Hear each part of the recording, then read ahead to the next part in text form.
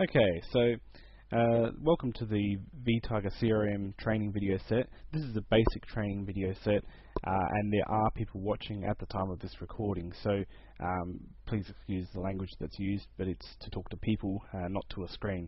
So first of all, what is vtiger CRM? It's a CRM like the many others, Microsoft Dynamics, Sugar CRM, and vtiger is just the one that we're using now. vtiger CRM is free to use. You can modify it. You can do whatever you want with it. It's a great CRM in my opinion, and hence the video series on it. So it runs on free systems as well. So it's free to get vtiger CRM, but to host it and use it, it relies on open source technology such as Apache, MySQL, and PHP, and so on. Unlike others, alternatives such as Microsoft Dynamics, which relies on a heavy integration with Office, which needs licenses. It relies on SQL Server, which needs licenses. CRM itself needs licenses. The servers that they're running on probably need licenses. So, there's a fair bit involved. So, vtiger is a nice alternative. Okay, so knowing what CRM is probably not the most useful information for you, given that you just want to use it.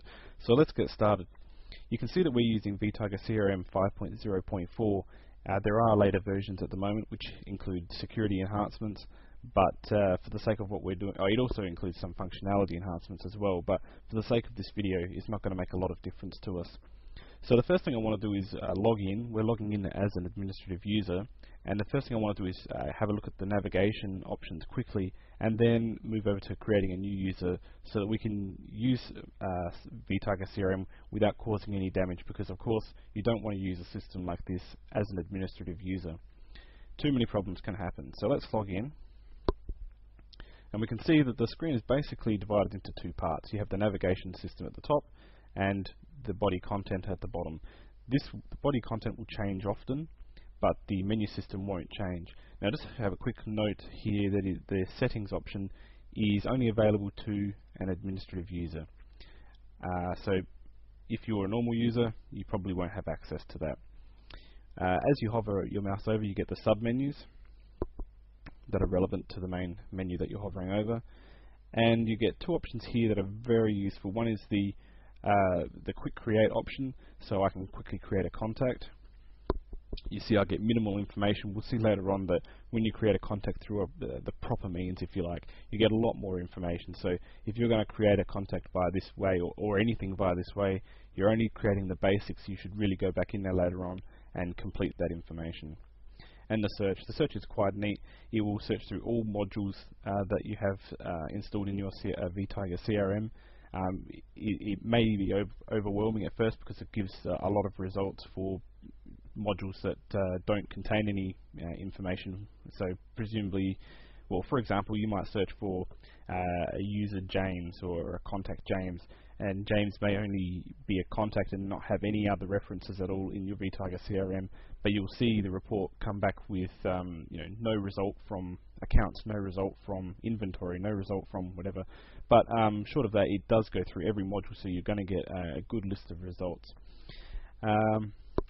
Finally, as for the sake of navigation, this Open All menu is a very quick way to navigate from one point to another within vtiger CRM. Of course, you can just use the top menus here, but if you hover over, you don't have to. You can see straight away what is within each menu. So the sub-menus with each main heading. Okay, so we've now had a look at how we navigate very briefly, but I also want to go into the settings and create a new user for ourselves. So under settings, we can see a lot of options here. Let me scroll down and show you what they all are. We'll come back in here later on because I want to show you some customization options and that we will report on later on. But for what we're talking about now, we'll have a look at the users. Now, we can see profiles, roles, and users. Users belong to roles, and roles belong to profiles. So really, you should start here for your customization when you're setting up a new environment for CRM. But your administrator will be doing that if that's not you, and all you'll really need to do at the end of the day is log in. But I will show you how to create a user anyway. So if we hit users, we'll be using the the pre-installed groups and profiles and roles. So just to make this a little bit quicker, you can see also that I've created the user Fred, and Fred is a vice president. I just wanted to add an extra user there just to differentiate, but we've got the administrative user, which I'm logged in as at the moment, and you can see in the admin field, it's the admin field is on. However, for Fred and standard user, it's off, and we can also see that the status is active for each of these. So let's create a new user. We'll call a new user James. The username can be James, that's fine. Password of that. We'll make it so that James is not an administrative user. And we give him an email address.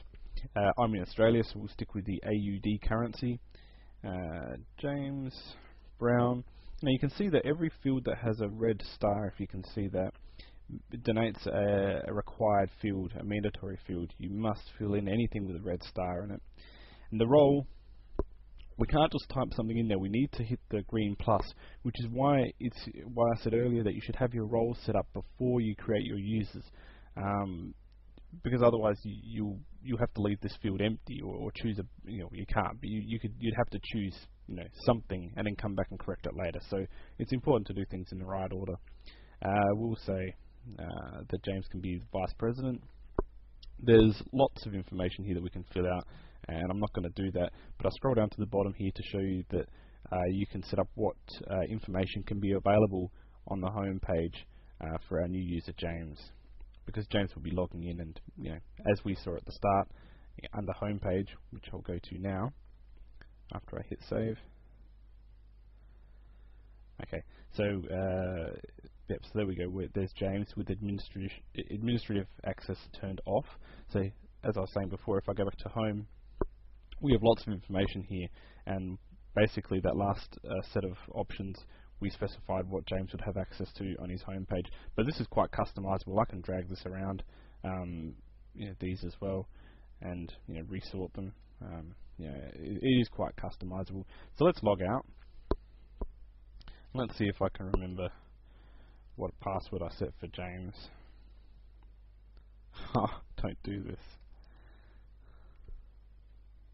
There we go. There we go. Actually, I should really have pointed it out. James is case sensitive. The capital J was my fault there. When I created the username, I should really have created it all in lowercase or continue to standard either way. Yeah, my mistake. It is case sensitive, as is the password. So capital J for the username means I have to type in capital J each time, and my password, of course, is always case sensitive these days.